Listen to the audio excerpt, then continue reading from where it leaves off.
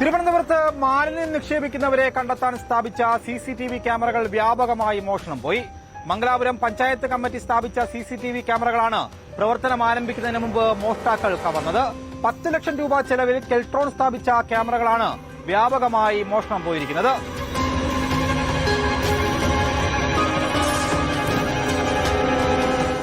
Thonnakkal life science park മുതൽ ശാസ്ത്രവട്ടം തോപ്പുമുക്ക് വരെ രാത്രികാലങ്ങളിൽ ഈ പ്രദേശങ്ങളിൽ വ്യാപകമായി മാലിന്യം നിക്ഷേപിച്ചു വരികയായിരുന്നു.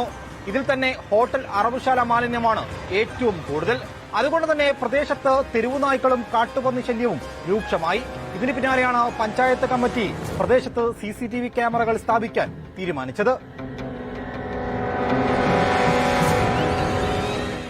സ്ഥിരമായി മാലിന്യ നിക്ഷേപം വലിയ തോതിൽ അറവ് മാലിന്യം ഉൾപ്പെടെ കൊണ്ട് തള്ളുന്ന ഒരു പ്രവണത സ്ഥിരമായി കണ്ടുവന്നിരുന്ന ഒരു പ്രദേശമാണ്. 5 പോസ്റ്റിലായിട്ട് 10ഓളം ക്യാമറ നമ്മൾ സ്ഥാപിച്ചിരുന്നു. അതിൽ AI ക്യാമറ ഉൾപ്പെടെ നമ്മളവിടെ സ്ഥാപിച്ചിരുന്നു. അതിന്റെ പ്രവർത്തനങ്ങൾ നടന്നു വരുന്നതിനിടയ്ക്ക് കഴിഞ്ഞ ദിവസം ഏതോ സാമൂഹിക വിരുദ്ധർ മുഴുവൻ ക്യാമറകളും അവിടുന്ന് മോഷ്ടിക്കപ്പെടുന്ന ഒരു സാഹചര്യം ഉണ്ടായി. ക്യാമറകൾ സ്ഥാപിച്ച് കഴിഞ്ഞ ദിവസം രാത്രി മാത്രം പ്രദേശത്തു നിന്നും 7 ക്യാമറകളാണ് മോഷണം പോയത്. കഴിഞ്ഞ 3 മാസത്തിനിടെ ഈ പ്രദേശത്തെ റോഡിൽ മാലിന്യം നിക്ഷേപിച്ചവർക്കെതിരെ 1 ലക്ഷത്തോളം രൂപയാണ് പഞ്ചായത്ത് അധികൃതർ പിഴ ചുമത്തിയത്. ഈ ക്യാമറകൾ മോഷണം പോയതിൽ മാലിന്യം നിക്ഷേപിച്ചവർക്ക് പങ്കുണ്ടോ എന്നും പഞ്ചായത്ത് കമ്മിറ്റി സംശയിക്കുന്നുണ്ട്.